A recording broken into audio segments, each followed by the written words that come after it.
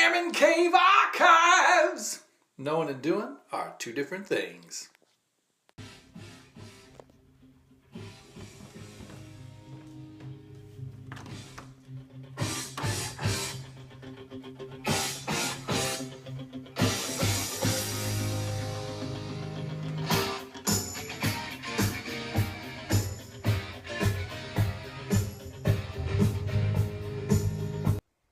Welcome back to Airman Cave Archives. So now that we're in the shadow of episode 25, I thought we would take a look at my Shadowbox from the time while I was in the Air Force. So we can start off with the top. This flag actually was from whenever I was in Iraq. I had it flown in a helicopter by one of the individuals that was actually in my tent. Inside of it, there's actually 3 casing shells from whenever I went on a tour of the CPA or Coalition Provisional Authority. They're actually in downtown Baghdad area.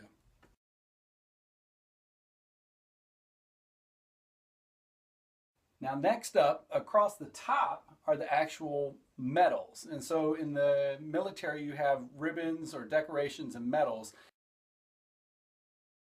One of the ones that I'm really particularly fond of is the Military Outstanding Volunteer Service Medal. And you get those for doing a lot of different things around the community of a installation. Now, moving down on each of the sides, you'll see that there's aiguillettes, or the little dangly-doodly things that people have on their uniforms. The one on this side is actually silver, and that's from my time on the base honor guard. That was at Pope Air Force Base. And then over here you have a red one, and that's from whenever I actually went up to Tennessee to McGee Tyson to help them teach at their NCO Academy. They were short-staffed, and so they needed somebody to come up there and help them out.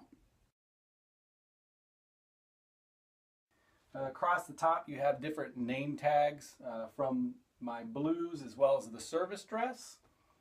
And then off to the one side underneath of the name tape, it's got the flags from the different states as well as countries that I visited or was assigned to. And so you've got North Carolina, which was Pope Air Force Base. You've got Saudi Arabia, because I was at PSAB or Prince Sultan Air Base, as well as Khobar Towers there shortly before they were attacked. Then we've got Texas, and then Iraq for my time in Iraq. Then we've got Alabama for Maxwell, and Qatar and Afghanistan because I went over there for a little while. And then we've got Virginia, which is for my time there at Langley. Now, we also have the North Carolina because we kind of went back there as well whenever I was doing my recruiting tour. In the middle of those are the U.S. insignia that would go on the tops of your collar.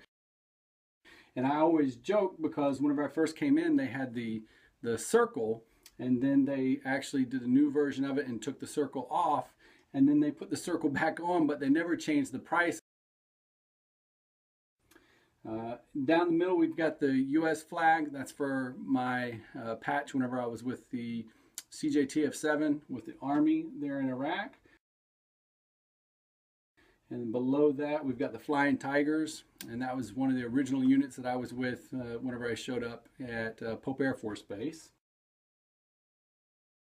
Next to the Flying Tigers, we have a couple various coins, and the reason I put those in there, the significance of it, is for the fact that they were given to me or presented to me for different events. So the first one is from whenever I had done my book about my time in Iraq and was presented a coin for briefing the base populace about what it was to be in a deployed location at that time. Excellence in fitness for, I did 10 years, actually 11 years of excellent PT tests. So basically I didn't have to take my PT test but once a year. Then the Columbia Southern, which is actually the university that I received my first degree from. And we have a Special Forces coin, and that was actually my first coin from whenever I had gone over to do an inventory for their weapons account. Now off to this side, I don't know if you can see it real clearly, but it's just the different ranks that I had earned through the course of my time while in the Air Force. And then over on this side, it's the different commands that I had worked with. So ACC, or Air Combat Command, Air Education and Training Command. We've got Reserve, Air Mobility Command, and then back to ACC. And then of course the Air Force Material Command. So, and then the different name tapes, the newer uniform versus the older uniforms. And then below that area, we've got the different AFSC or Air Force Specialty Code badges. And so I've had various ones, and this is for logistics or supply, soup. And we've got a couple of the different ones from whenever I was in the communications field or tech control. They called them water walkers. Over here, you've got my ribbons. And again, different than the ones across the top, because those are the medals versus the ribbons, because those are just all the different devices and things that I had earned through my time in the service.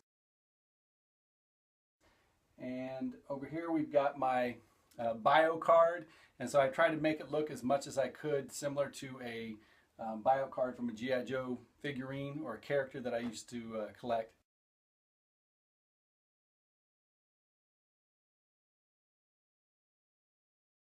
Below the AFSC or Air Force Specialty Code badges is my combat patch from whenever I was with the Army, and Sergeant Major Arturo Granado told me, hey man, you've been here long enough, go get your patch.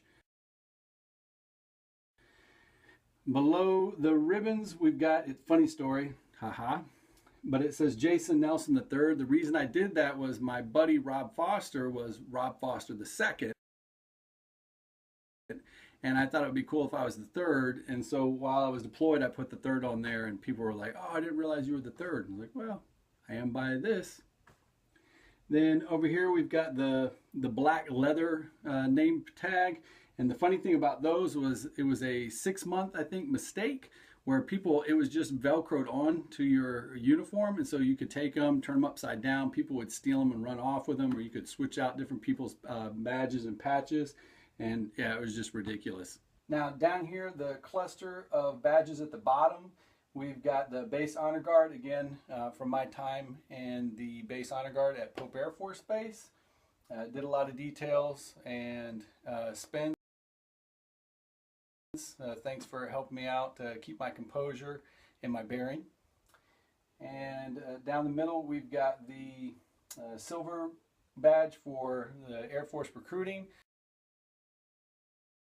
Love the opportunity that I was provided there to be able to help out a lot of individuals, not just get into the Air Force, but also the Navy and the Army.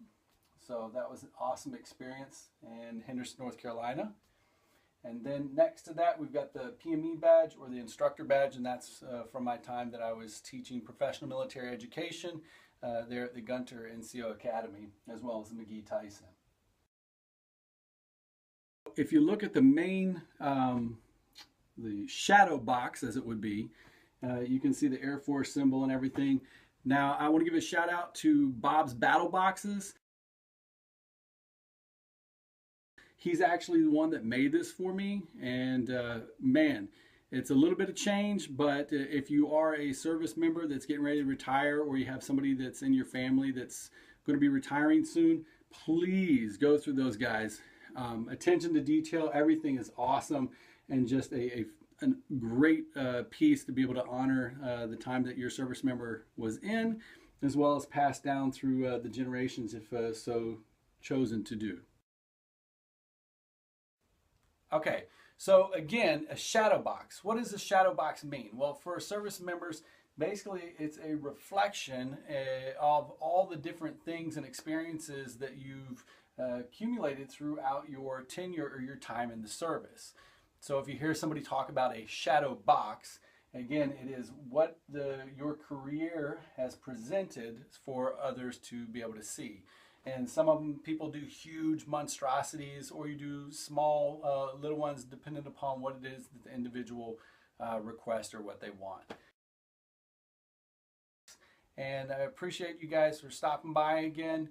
Now that you know about shadow boxes, don't forget, do yourself a favor. Look, there might be some things that you've collected over the years that deserves honoring in something similar to this. But thanks for stopping by. We'll see you next time. Airman Cave Archives! Knowing and doing are two different things.